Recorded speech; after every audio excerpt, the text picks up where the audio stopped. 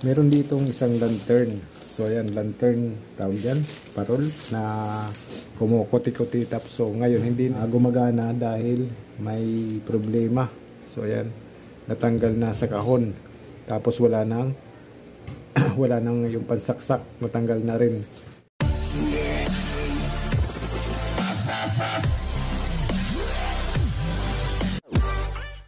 So sabi na may-ari ay gawa natin ang paraan para magamit uli. So ngayong Pasko nga ay kanyang gagamitin ito. So ang gagawin natin ngayon guys ay lagyan natin ng power cord dito. Pero bago natin simulan ay kung bago ka pa lang sa aking YouTube channel ay huwag mong kalimutan mag-like, mag-comment at mag-subscribe. So maraming po salamat sa patuloy ninyong pagsubaybay sa aking YouTube channel, ang Diskarte Pinoy Vlog. Maraming salamat at lagi po kayong mag-ingat saan man po kayo naroon. So ang gagawin natin ngayon guys ay lalagyan na natin ito ng power cord. So lagyan natin yung power cord. So mayroon na nga pala ako ditong power cord. So yan, ito yung ginagamit doon sa mga clip pan. May on off na rin. Ayan, may on off siya guys. Tapos tinalopan ko na para madali natin na maihinang. So ayan, kabit na natin siya guys.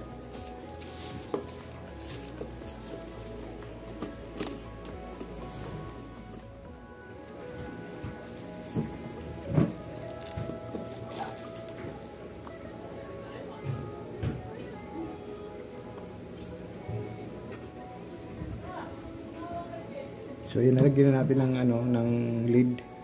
Ito naman power cord. Lagyan na natin muna ng lead siya.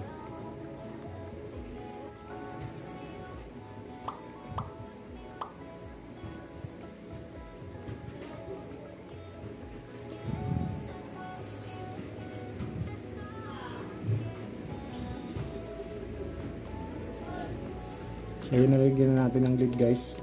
Dikit na natin dito. So hinang na natin. Okay lang siya magbaliktad dahil wala naman siyang positive at negative.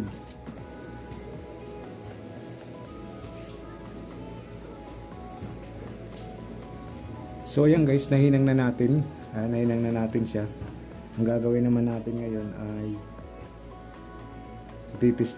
testingin na natin to na isaksak. So tingnan na natin, baka mamaya nagkadikit. Yan, okay naman siya.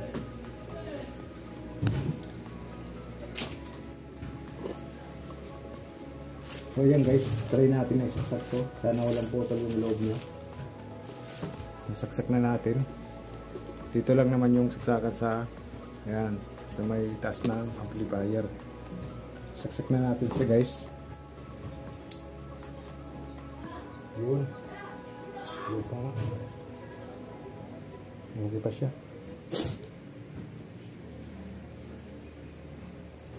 So ang gagawin natin ngayon guys ay kailangan may matakpan natin to. Ayan. Takpan natin yan.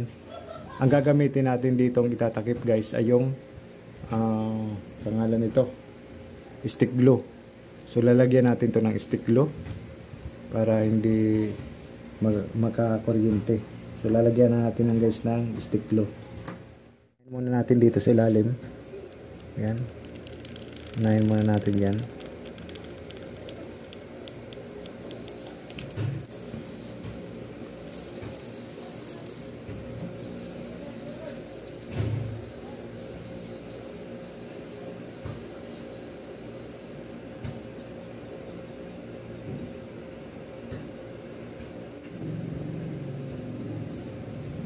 So ayan guys, nalagyan natin ng stick glue. So makikita ninyo okay na siya. Ayan. So ang gagawin natin, isasaksak na natin siya guys. Tapos pipindutin natin dito. Ayan. Pwede siyang pindutin. Ayan, pindutin natin. So isasaksak ko na siya guys.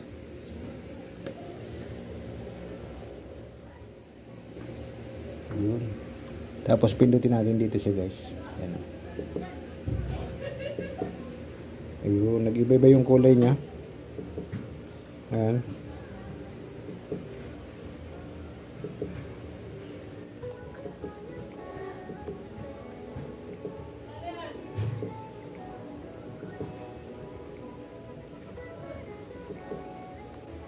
So ayan, okay na siya. Pwede na. Tuloy na naman ang Christmas. Bali ang ginawa natin dito guys ay linagyan natin ng power cord. Tapos sinilyaduhan na lang natin ng stick glue. Ayan, may stick glue siya. Tapos yung power cord niya, meron siyang switch. Ayan, may switch siya guys. May switch.